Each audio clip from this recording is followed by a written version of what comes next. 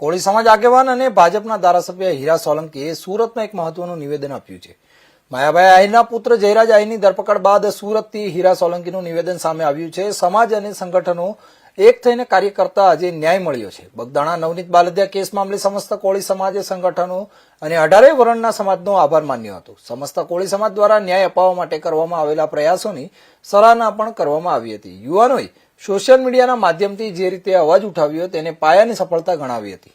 યુવા નેતાઓના સંગઠિત પ્રયાસોને બિરદાવ્યા હતા. સાથે જ યોગ્ય તપાસ અને ન્યાય અપાવવા બદલ મંત્રીશ્રીઓ અને ધારાસભ્યોનો આભાર પણ વ્યક્ત કર્યો હતો. ભવિષ્યમાં પણ કોઈ પણ અન્યાય સામે આ જ રીતે સમાજ એકઠો થઈને લડે તેવી ભાવના હીરા સોલંકી દ્વારા વ્યક્ત કરવામાં આવી હતી.